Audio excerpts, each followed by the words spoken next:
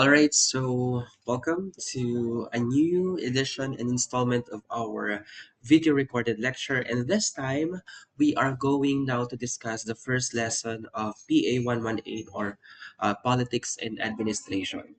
Okay, disclaimer lang. I know that for my students in PA 116, medyo napahapyawan ko na siya. And this time, we will go through the slides and the discussions one by one. Pero this time, mas malalim na siya or in-depth na siya. Okay?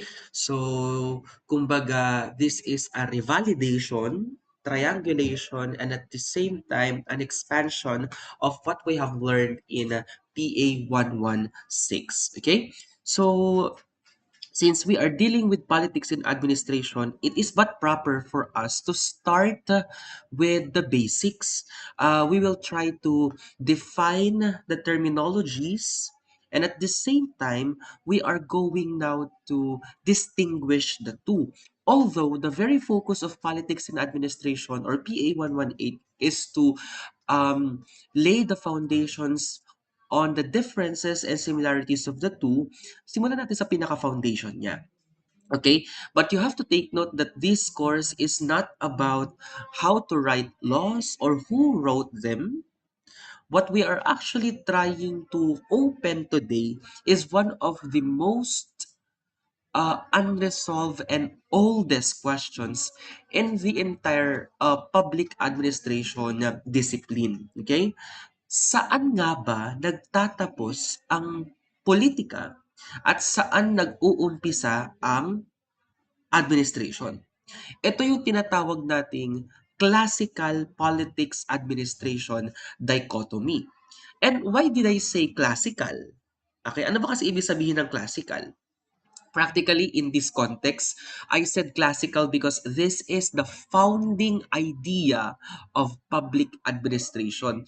Dito nag-umpisa ang lahat. Okay? So, everything we will study in this course, in the entirety of the rest of the semester, like bureaucracy, policy, implementation, accountability, and kahit na yung ethics in public service, no, yung RA 6713 ni Sir Castillo, ay talagang naka-ground doon sa question natin. So my dear students, our goal today is not just to give you definitions to memorize kasi hindi ko yan hilig sa klasiko. Although memorization is important, rote learning kasi yan, ang sa akin lang dapat naiintindihan yung konsepto at i-apply nyo siya in real life cases and even scenario. So my goal right now is for you to leave our room or to end this video recorded lecture that you are now able to look at any government decision. May it be like, the president or the mayor vetoing a budget, hiring process, or even signing a permit, no? And there you can immediately see saan ba siya? Is it political or administrative? Okay? So, let's ground our opening scenario with this case, no? And I think this is familiar to you kasi very common to sa Pilipinas eh. Okay? So the case involves a new mayor that takes office today, no? And then pagkalipas ng ilang linggo, okay, kapansin-pansin na yung mga experienced and tenured na mga empleyado ay biglang napalitan. Napalitan sila ng mga campaign managers and supporters ng nakaupong mayor. Sila yung mga nag-door-to-door noong kampanya, sila yung mga nagsabit ng mga posters sa kalsada, sila yung mga sumasayaw during the grand rally of the mayor. Now the question is, sa tingin ninyo, yung ginawa ba ng mayor, is it a reform or a reward? Napansin niyo, I am using the word reform because it assumes, no, that yung mga pinalitan ay hindi na efficient, hindi sila nagtratrabaho ng maayos, Pero kung yung ginamit ko naman ay reward, ibig sabihin nun, we assume that the very reason why they are selected, they are chosen, and they are appointed is because of loyalty rather than competence. So both framings can describe the exact same personal action. No, there is ambiguity, and that ambiguity, no, the fact that one event can honestly be read uh, as two completely different ways is hindi yun yung problema sa scenario natin. What do I mean? No? Kumbaga, kapag tinitingnan natin ang isang sitwasyon, parang hindi siya yung laging parang iyon, no? It's not always as it is, 'di ba? So, babalikan ko 'tong scenario na 'to mamaya. Okay. Now, I have another question. Sa tingin po ninyo, who should control the government? I repeat, sino ang dapat na kumontrol ng ating pamahalaan? Is it the elected leaders who carry the mandate of the voters? Or are we referring to the career bureaucrats? Yeah? Technically, they carry the technical training and institutional expertise.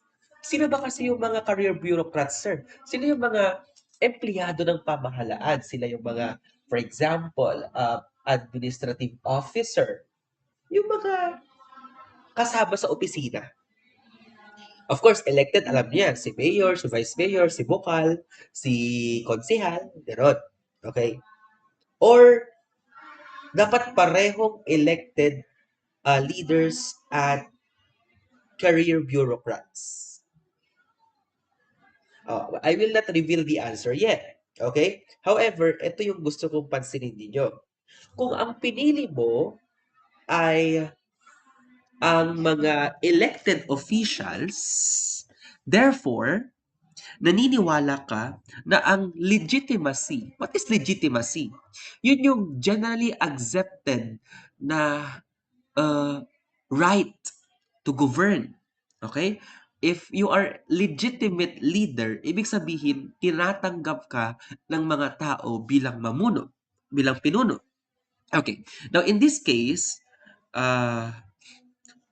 since pinili mo ay yung elected leaders, ang sinasabi mo, yung legitimacy ay nanggagaling sa balota. Ano ibig sabihin nun? You are only allowed to lead or you have the right to lead because you are elected.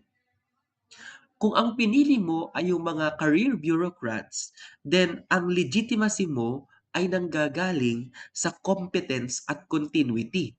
Anong pinagkaiba ng dalawa? Yung elected leaders kasi, napapalitan siya regularly. Every when? Every 3 years or every 6 years. So in this case, walang continuity. Pag nagbago ng administrasyon, nagbabago din yung agenda, nagbabago din yung mga isinusulong na mga programa at proyekto. If you pick naman yung sa part ng career bureaucrats, you are for competence and continuity. Pero hindi ko sinasabing isa dyan ay tama. Kung ang pinili mo ay pareho, which is okay lang naman, then you have just previewed the entire tension of this lesson. Bakit? Kasi doon nagkakaroon ng parang confusion, at the same time struggle at debate sa kung sino nga dapat talaga ang namumuno sa pamahalaan. Okay? Babalikan natin itong poll na to mamaya kasi gusto ko na habang dinidiscuss natin ito, kayo mismo ang makaka-realize sa kung ano dapat ang sagot. Compare sa kung ano yung sagot ninyo ngayon na tinanong ko ito sa inyo. Okay? Alright. So, let's begin with this quotation and question. Where should politics end and administration begins? Okay? And this is the actual literal question in this entire lesson. And gusto ko maging honest sa inyo, okay? This is not a textbook question with one settled answer. Wala pong ni isang libro ang nagbibigay ng eksaktong sagot sa tanong na to. At wala pong mga libro ang nagkasundo sa kung anong sagot nito. Scholars in public administration have already argued about exactly where this line falls over a century already. Halos 100 taon ng pinagtatalunan at pinagdedebatihan ng mga tao, ng mga scholars, ng mga matatalino at mga eksperto sa public administration kung ano nga ba ang pinagkaiba nito.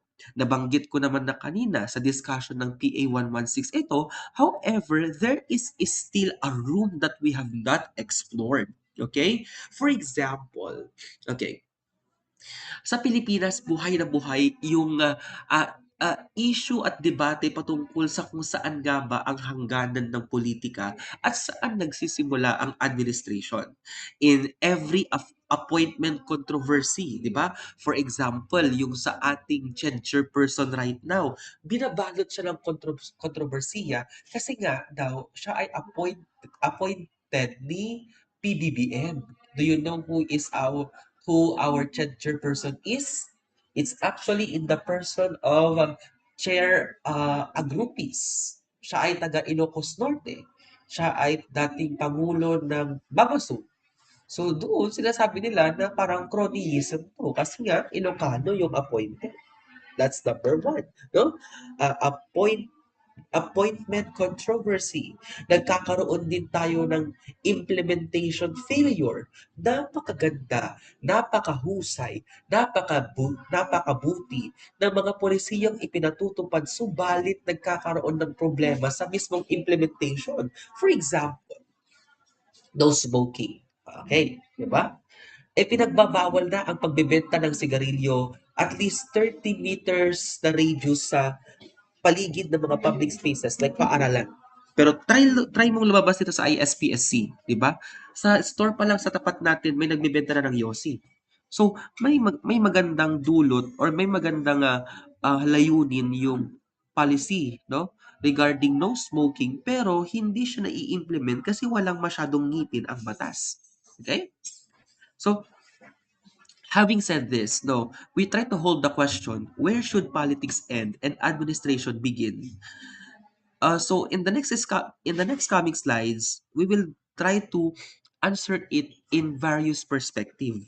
Pwedeng sa mga theories, pwedeng sa kasaysayan, and even through the cases kung saan involve ang local governments ng Pilipinas. Okay, now before we go any further, okay, there are three big words in public administration that you should know better.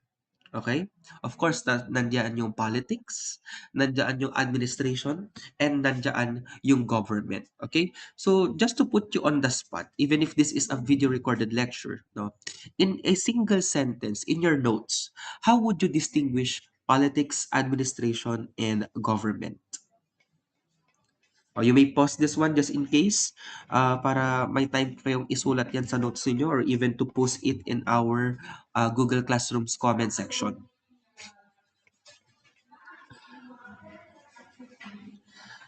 Perhaps most of your first attempts blur government and administration together, which is very understandable. Kasi even I before, na pagpapalit ko ang administration and government. However, we have to be very careful there because there is a thin line that separates government and administration. Okay? You have to notice that practically, government is the whole apparatus. Katulad siya ng metaphor ko kanina sa PA 116, 'di ba? Na ang government ay mistulang parang isang bahay, samantalang yung politics and administration ay nasa loob ng bahay na iyon, subalit nasa separate or hiwalay na silid. Okay? So in this case, administration is one function within that apparatus, particularly an implementing function. kung babalikan natin yung discussion ko sa PA 116, they execute now the plan, the goal, or the policy. Si politics naman is more on the decision-making function. Okay? So the government is the house, politics and administrations are two different rooms inside it. You have to keep that image. And in the next several slides, mapag-uusapan natin yung mas precise para distinction ng dalawa. Okay. Prior to the landmark definition that actually sets politics and administration as a dichotomy, there is already a tension between the two. Okay? According to Harold Laswell, in fact, no, sabi na dito, politics is actually defined as who gets what, when, and how, who decides, and sino ang priority. Okay? So in that sense, okay, etong mga tanong na 'to are fundamental questions with regard to value and choice. Value-laden, conflict-prone. Ibig sabihin, nagkakaroon tayo ng competing interest. Okay? And whoever emerge victorious, someone who is stronger, wealthier, more influential, and more powerful becomes or gets now the win. Di ba? And wala po tayong laboratorio, wala po tayong experiment para malaman kung sino ang mananalo. It's just a matter of choice. It's just a yes or no. Okay? And to resolve this conflict, dumadaan tayo sa mga political processes. For example, 'di ba? Sino ang dapat maging pangulo? Saka lang naman natin siya mare-resolve sa pamamagitan ng eleksyon, 'di ba? Negotiation and even public pressure. Now, on the administration side naman, class, the operative question we ought to answer are the following. How is the decision implemented? Who actually performs the work? And how efficiently is it carried out? Now, these are technical and practically operational questions. Bakit? Okay? These are the questions you can, in principle, answer with training, procedure, and measurement. So, we already have seen these two genuinely having different kinds of reasoning, which happens now under the same roof, which we call as the government. So this brings us now to the real question underneath this entire lesson. No? Given that these are such different kinds of reasoning, yung part ng politics at yung part ng administration, can we actually be can they be actually cleanly separated in the working institution? Pwede ba natin paghiwalayin ang politics and administration? So you have to keep that question open, okay? So in order for us to better grasp what I am saying, let me give you a quick case lang. Okay.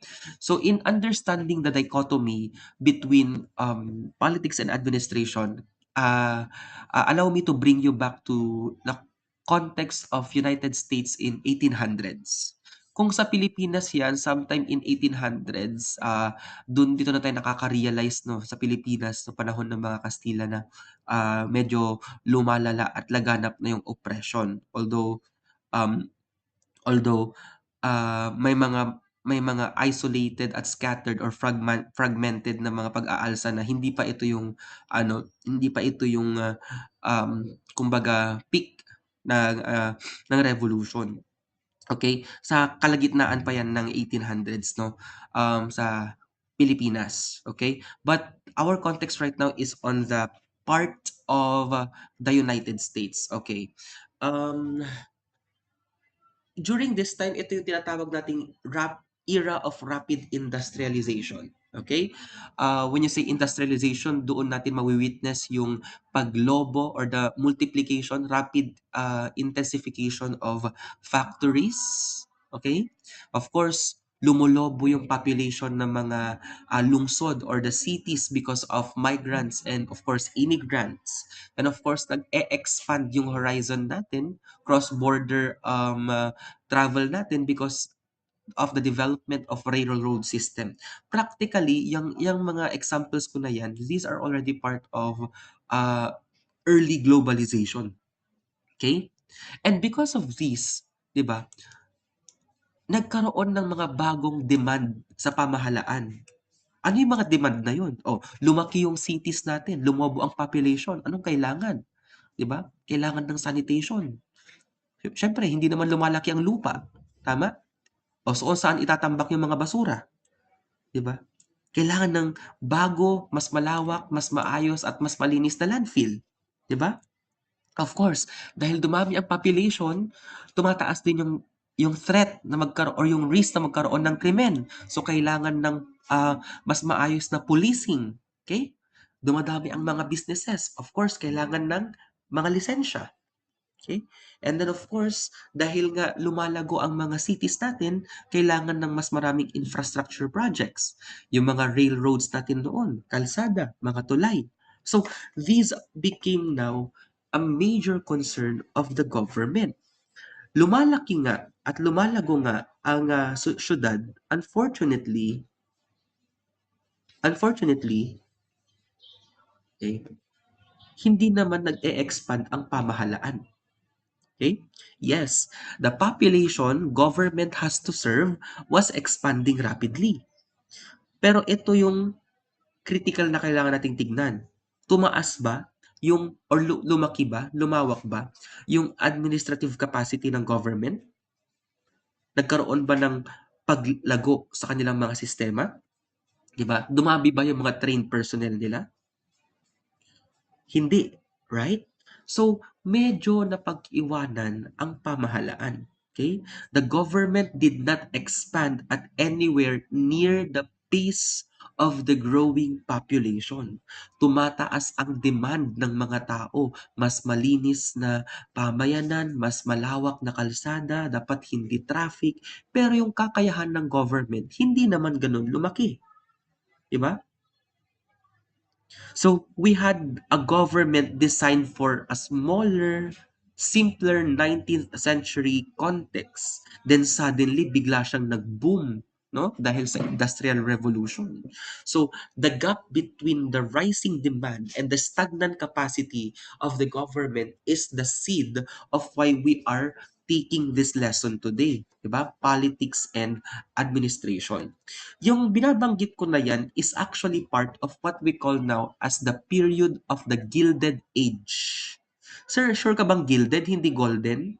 Well, if you try to look at the two and you can try to compare gilded with golden, parehas naman silang may konteksto ng ginto. Pero pag sinabi mo kasing golden era or golden age, purong ginto, no? Labas at loob ginto. Pero pag gilded kasi siya, coated lang siya ng ginto, pero sa loob, fake, sira, bulok, or whatsoever. Okay? So, kumbaga, facade lang yung development na ipinapangako at ipinapakita sa atin ng era na to. Pero kung titignan mo yung loob, ay bulok ang sistema. That is what Gilded Age is all about. No? Something golden is made out of gold. But in this case, something gilded is merely an object covered with thin layer of gold pero sa loob mediocre na siya. Okay? So, in this context, parang glittered lang siya. So, sugar-coated lang siya. 'Di ba? Ipinapakita lang na malago yung isang portion, pero the other side of the coin, hindi. Okay? Very glittered tong era na to kasi nga nagkaroon ng economic boom, gumawa siya ng maraming trabaho, napabilis yung industrialization, nare-reach out na natin yung, kumbaga, lumiit na yung mundo kasi anywhere you can already travel through train, and there is a drastic urban expansion. Makakakita ka na ng mga matataas na mga buildings at that time.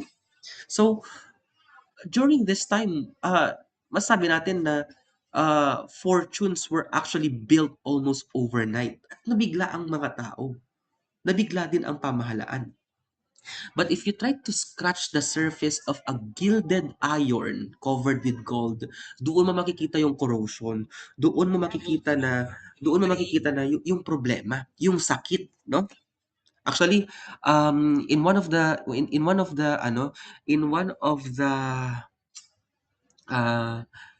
diary entries of Dr. Jose Rizal, 'di ba? Manghang-mangha siya sa ah, pagbilis ng paglago ng Amerika nung minsan siyang bumisita doon. Pero in one of his notes, no, sabi niya doon, kahit gaano pala kalago ang isang bansa, makikita mo pa rin yung parang sakit ng kanilang lipunan. Why? During that time kasi ang konteksto, uso pa ang slavery, 'di ba? Ang lalapan ng racial discrimination. Okay? So, gilded era siya in the sense na parang nagpintas iti ipammarangda nga buya kasi nga 'di ba very upgraded sila, kumbaga they are living 50 years from what the present is. Pero kung titignan mo naman yung sa loob-loob niya, paano mo siya matatanggap kung itinuturing ang ibang tao bilang alipin, 'di ba, bilang commodity na 'pag napagsawaan ibebenta ka na lang, okay? So, the Gilded Age, in other words, class, is the perfect metaphor for a government that looked impressive from a distance but was structurally compromised up close. Siguro, if we try to compare it with the current or with the contemporary times, many would say that Duterte administration is one of the greatest and prime of the Philippines insofar as history is concerned. Kung tutuusin sa mga inilalabas sa mainstream media before, 'di ba? And even other countries, sinasabi doon na parang ang ganda ng Pilipinas at ang pamumuhay ng mga Pilipino during the time of Duterte, because of his policies. And one of the highlights would be the war on drugs. Many of those Filipinos would claim na mas ligtas silang nakapaglalakad sa mga lansangan because of the deterrence, no, nung war on drugs na sinabi ni Duterte. But if we try to look at closer, we cannot deny the fact and we cannot rule out the fact that lives were lost during that time, and even the lives of the innocent people, 'di ba?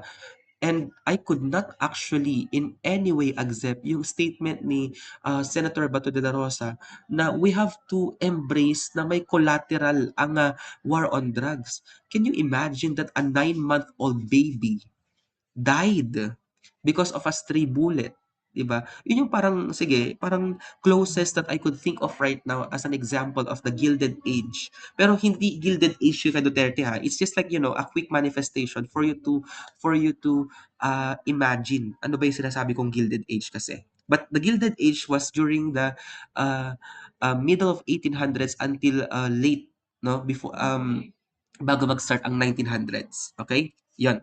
So again, the Gilded Age is actually the perfect metaphor of a government that looked impressive from a distance but was structurally compromised up close, no? So ito yung environment kung saan din nagsulat noon si na Woodrow Wilson and Frank Goodnow, kahit sina Harold Laswell. Okay? So, uh, si government as seen in the perspective of a political reward, no? Tignan natin yung mekanismo kung paano ba pinapatakbo ang pamahalaan sa Gilded Age. Okay? And I think relevant to sa Pilipinas ngayon eh. We have to picture an ordinary campaign worker. For example, ako na lang. Okay. Isa ako sa mga nangangampanya kay Mayor A. Okay? Ako yung halos araw-araw na nabibilad sa kalsada, I knock on doors, distribute polyetos, ako yung naghahang ng mga tarpaulin, ako yung naka-megaphone na kakampanya para kay mayor. Okay. And then nanalo si mayor ko. Okay? Anong kapalit nun? Automatic na government appointment.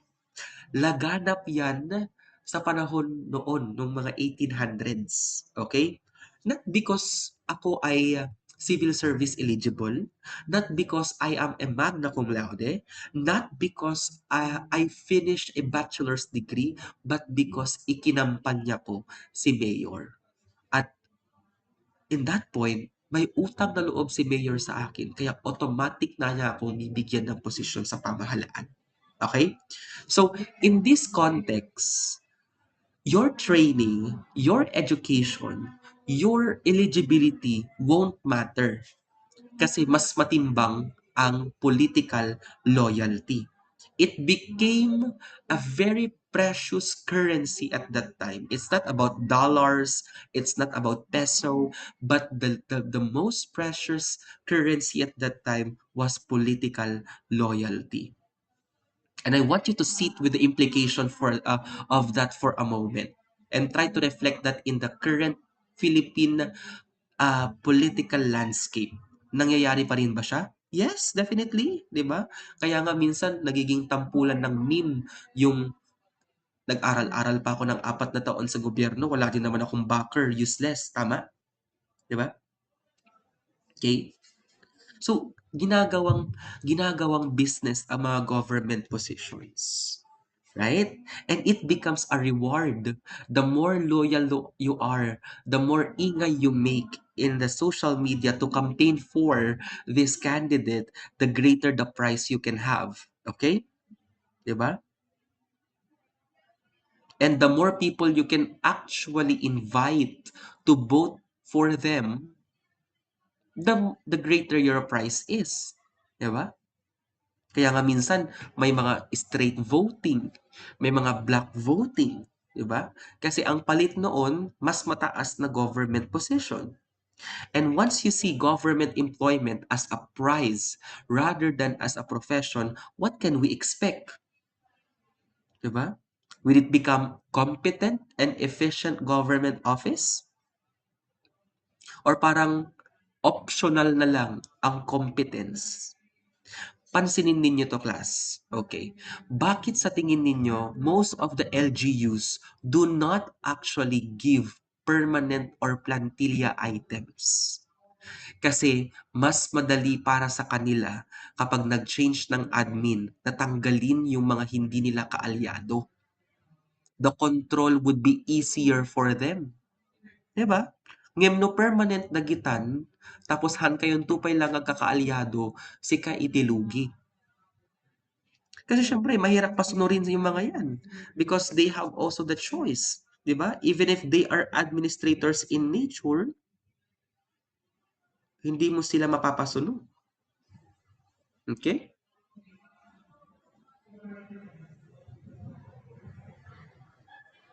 Yan. Okay. So, this is actually in connivance now or in coherence now with the context of this famous quote to the victor belong the spoils. Anong ibig sabihin po niyan? To the victor belong the spoils. Now, this very single phrase captures the entire logic of the system we are trying to describe.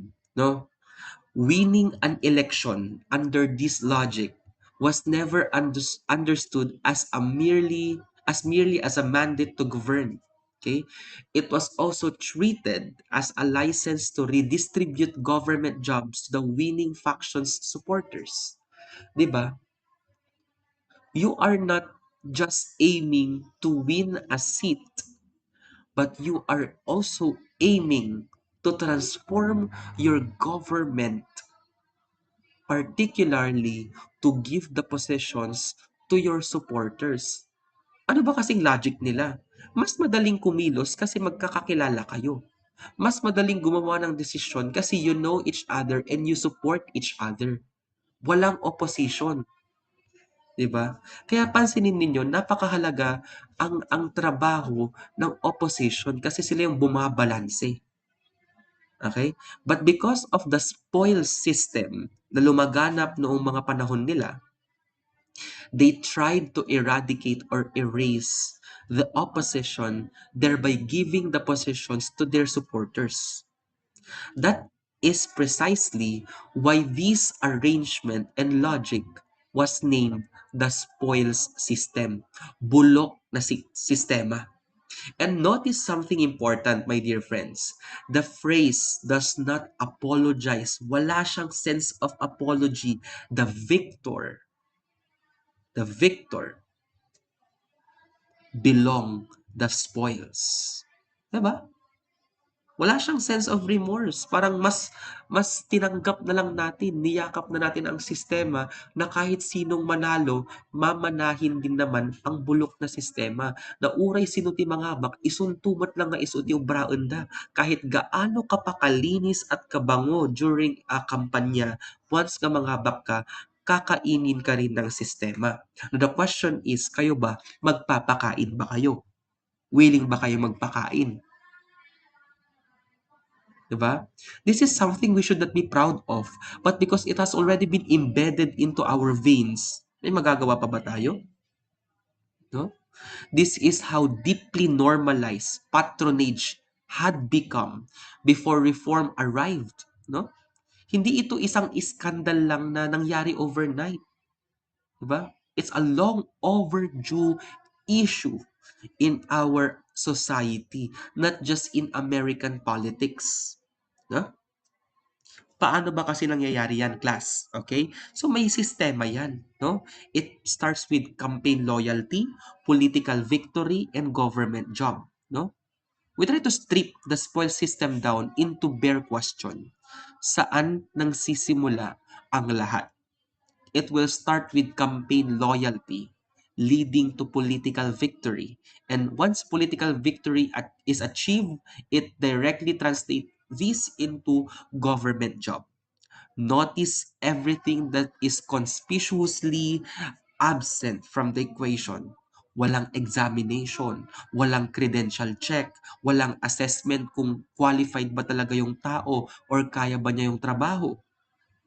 The only qualification that mattered was a social fact.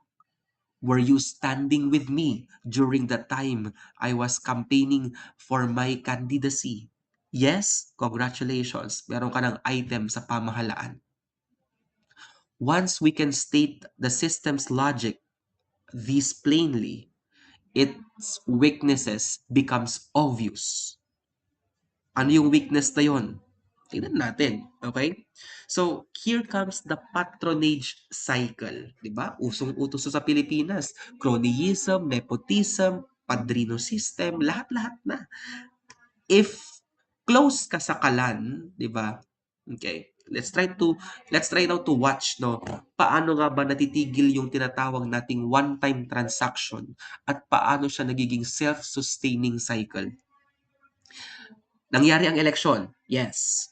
Political support is given by loyal workers. Correct. That support helps produce a victory. Nanalo? Yes. The victory now is converted into government appointment for the supporter. And here is the part that makes it a true cycle. That appointment grants the newly hired person access to public resources. Ano-ano yung mga public resources na yon? Budget, kontrata, di ba? Lalo yung flood control ngayon, talagang makikita mo, di ba? Hiring, okay? Siyempre, nasa kanila na yung hiring authority.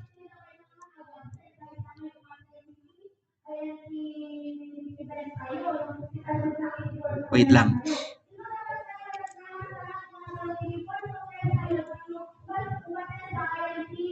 Ayan, so okay na. Okay, so as I was saying, once na na-hire na yung loyal supporter ni Mayor, meron na siyang automatic access sa mga pampublikong resources natin. Budget, contracts, hiring authority of their own. Okay? So, ito, parang nagiging embudo na siya. No? It generates now more political... One moment please, someone's calling my phone. Ayan. So, sorry, as I was saying, no, okay, domino effect na kasi 'to. Ibig sabihin po niyan, kapag po na-access na ng taong loyal kay Mayor yung mga public resources, idi-distribute din yan sa mga nakasama niya, ng kampanya. Okay? So, ibig sabihin, part na ako ng government. Okay? So, yung mga business people na nakasama ko sa kampanya, sa kanila ko i-award yung kontrata. Ito yung pinaka-common sa mga sa mga infra project, no? Siyempre, Madalas, sino ang pumopondo sa kampanya? Ba? Mga construction firms. Para pag nanalo ang mayor, automatic i-award sa kanila yung mga flood control, buildings, mga ganun. Okay? So, patronage does not simply repeat itself one election after the other. Sa loob pa lang ng sistema ng pamamahala within the 3 years, nangyayari na rin yung tinatawag nating political mobilization.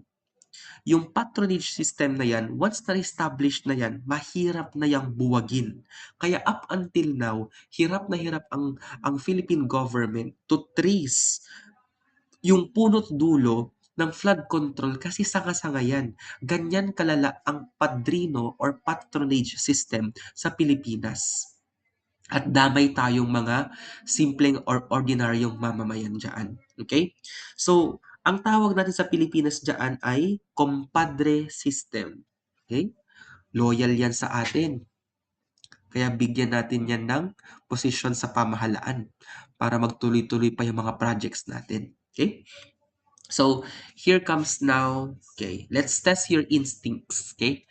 A newly elected mayor appoints several of his campaign volunteers to casual government positions. Now, I want you to classify if whether is it legitimate political control. Si mayor is exercising his right or rightful authority to build a team he trusts, or is it administrative patronage? Can be an abuse that dress up as a normal appointing power? Or does it genuinely depend on further facts we don't have yet? So tingin ninyo. Okay. Now here is what I want you to notice about your possible answers, no? Depende. Siguro yan lang sagot ninyo kasi nga kulang tayo sa information. But if we try to look into uh, the civil service rules, mas maiintindihan natin siya. Okay? Now, ano yung consequence or cost ng patronage? Okay? Napansin naman natin, na-discuss ko naman na sa inyo. Okay? Yung ano, parang consequence ay yung ano ba yung patronage kasi. Now this time pag-usapan natin ano yung cost of patronage, okay? This is simply beyond being unfair. But I understand no na parang nag-aral-aral kayo ng public ad tapos malalaman ninyo ninong lang pa lang sa kasal yung requirement para makakuha ka ng government item. Unfair yan. However, I will give you 4 concrete costs. Una, low competence. Okay? Bakit? Kasi mas prioritize ng mga appointing authority yung loyalty compared to skill. So the people doing the government's actual work may simply lack the ability to do it well. Anong aasahan mo, 'di ba? Sa for example, pinunta siya sa budget office eh hindi nga siya marunong sa budget preparation. Anong aasahan mo, 'di ba? Second, mas mataas yung tinatawag nating turnover. What is turnover? Yun yung pagpapalit-palit ng mga empleyado kasi nagre-resign sila o umaalis sila. Bakit? Kasi bawat election, inaasahan natin na magkakaroon ng bagong replacement. Okay? So, dito, walang certainty, no? Walang assurance. Okay? So, yung pagpapalit-palit ay unpredictable. Okay? Third, weak institutional memory. What is institutional memory? This is the preservation of the institutional knowledge and culture within an organization. Paano ka bubuo ng kultura kung sa bawat siklo or bawat cycle ay nagpapalit-palit kayo, mga bagong mukha, 'di ba? I remember this one. Sabi pinag-usapan natin ng patronage. I remember one of the campaign jingles of this administration, 'di ba? Bagong Pilipinas, bagong mukha. Are we really seeing new faces? I don't think so. Tama? Okay? So, it says here, weak institutional memory. Pag napapadalas yung turnover or pagpapalit-palit ng mga staff, no? Yung naiipon supposedly na knowledge, yung knowledge, for example, mga sistema, mga processes, nawawala. Okay? Kaya napapadalas yung pagkakamali. Okay? Kaya uulit na naman kayo. And yung pang-apat po ay tinatawag nating political dependence. So yung bureaucracy mismo ay nagiging incapable na dahil masyado na silang nakadepende sa mga elected officials. 'Di ba? Bakit? Its very existence now is tied to the remaining good people in the power. No? If you put all four together, there we will be confronted with a sobering reality. Under a pure patronage system, every single election has the potential to reset the entire bureaucracy back to zero. Walang continuity, walang accumulated expertise, walang stability. Supposedly, kapag nagpalit ng administration, may iwan sana yung mga datihan na. Kasi sila yung mas nakakaalam at pwedeng magtuloy ng proseso. Eh ano nangyayari? Napapalitan sila. So, dala-dala din nila yung mga experiences at mga expertise nila. Walang matitira kung bago yung administrasyon. Tama? Okay? So, that is an extraordinary expensive way to run a government. 'Di ba? Kahit na walang single appointment ang pwedeng makitang scandalous, the very fact that we change administration every now and then together with the people behind the elected officials to be working with them, useless, mas mahal. Okay? So, kailangan ng reform. Government needed reform. Reform needed idea. And that idea become the dichotomy. At dito napapasok yung i-discuss ko sa inyo because by the late 1800s, it had become undeniable that the government needed reform. Ito yung mga napansin na ng mga pioneering PA scholars, lalo na sa panahon ni na Woodrow Wilson sa Amerika. Pero itong reform na dinedemand natin as a movement cannot simply run on outrage. Ano ibig sabihin nun? Hindi yung parang reform na biglaan at uh, it involves pag-aalsa. Namapan ka ijay ayan ti Malacanang barsa-barsa akong isulat ti kamatis kas kadapita. No, no, no, no. It needs an organized idea, a framework that tells the reformers exactly what to separate, bakit kailangan ito, at paano natin gagawin ito. That framework, no, the idea that I am talking about will soon be called as politics administration dichotomy. Okay? So, katulad na na-discuss ko kanina, let's talk about Woodrow Wilson. In the context of 1887 America, again, ulitin ko lang po, hindi pa siya Pangulo ng Amerika at that time. He is just but a young scholar who is teaching political science in a university in America. Okay? So sabi niya dito, it's one of the things I like about Woodrow Wilson is yung sinabi niya na um, it's harder to run a constitution than to frame one. Okay? Kasi si Woodrow Wilson, naging pangulo siya, I'm not sure if it was 1913, no? Correct me if I'm wrong na lang later on. But I remember it was 1913 ata nung naging pangulo si Woodrow Wilson. Pero noong 1887, may na-publish siyang study called The Study of Administration. This is a crucial essay because it tells us what kind of a government we are dealing with, no? This was not a political manifesto. Okay? Hindi tulad nung sinulat ni uh, Weber. Okay? It was actually a scholarly proposal, no? para sana sa mga estudyante niya at sa mga kapwa niya propesor. Okay? He argued that the study of how government actually operates deserve to be its own serious field of inquiry. Kasi dati, ang government ay naka-embed lang siya sa iba pang mga social science fields. Okay? So, in one of the studies, sabi niya doon, hindi dapat siya part ng araling panlipunan, but rather ihiwalay ang government bilang isang independent at stand-alone na pag-aaral. Kaya tayo nagkaroon ng separate na bachelor's degree in public administration right now because this should be a serious field of inquiry. No? It must involve scientific study. Kailangan ng research. Okay? Now, balikan ko itong sinasabi niya. It is harder to run a constitution than to frame one. Nasa essay niya yan. No? Sabi niya dito, okay, when you say to frame a constitution, it means to design it, gumawa ng constitution. Ours is a written document, okay? Framed by the framers of the 1987 Constitution. Okay?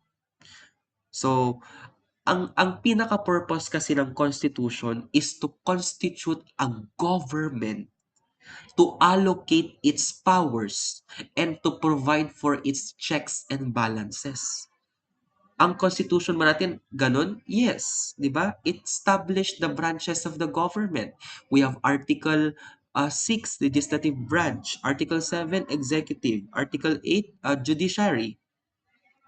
Nag-provide pa siya ng mga powers nito? Oo, nasa mga articles, nasa mga sections niya yun. Okay? And of course, may checks and balances din tayo. Okay?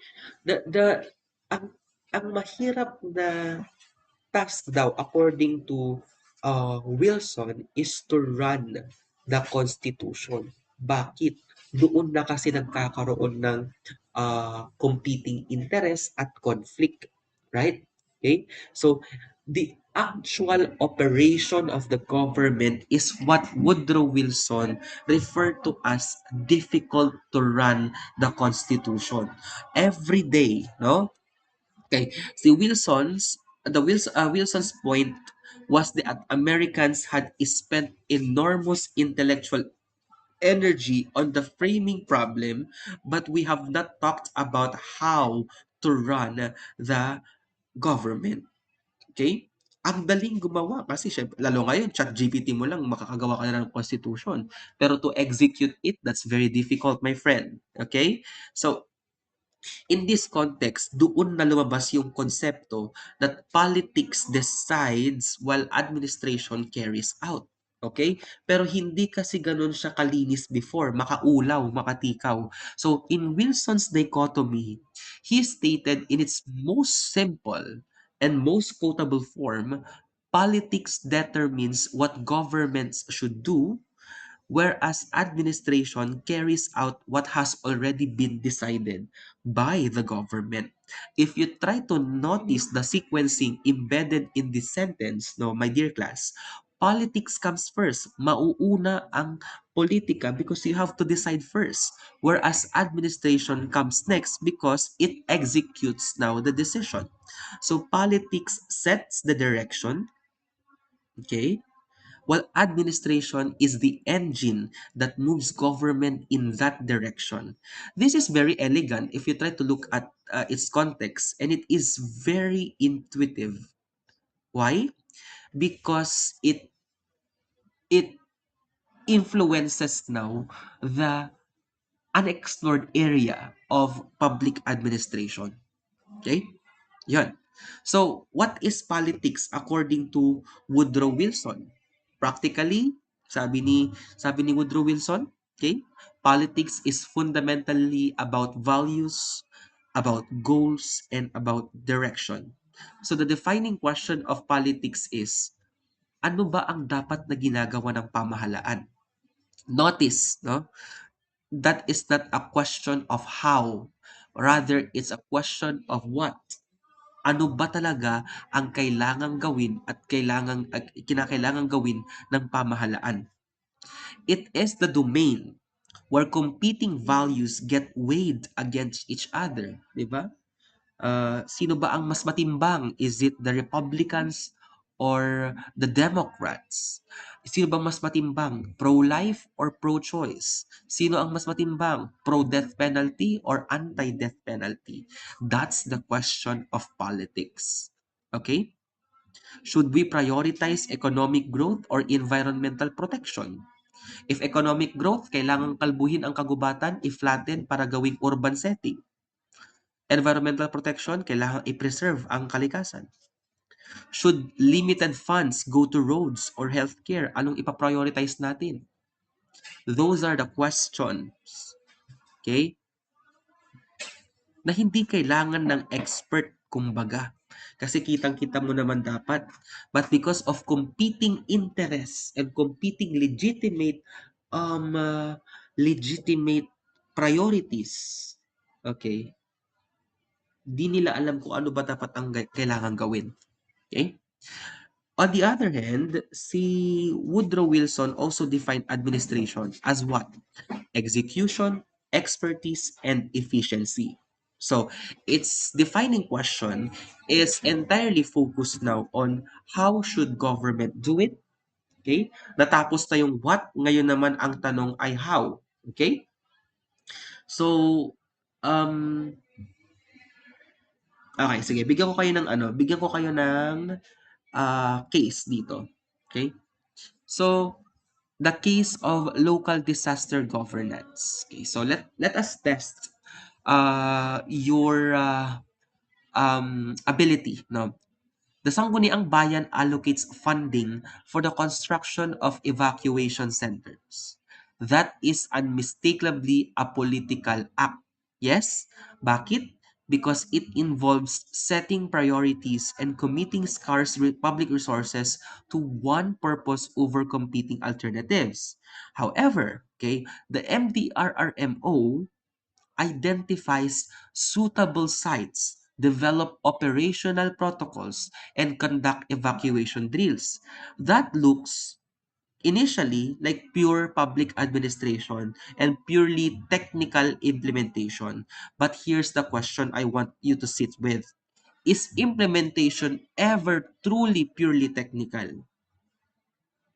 Hmm. Consider which barangay gets the evacuation center. Okay? Kasi hindi yan neutral. Bakit sila ang nabigyan ng evacuation center? E pare-parehas lang naman kaming mga masasalanta. So hindi siya purely technical at hindi siya purely administrative. May politika pa din diyan. Okay?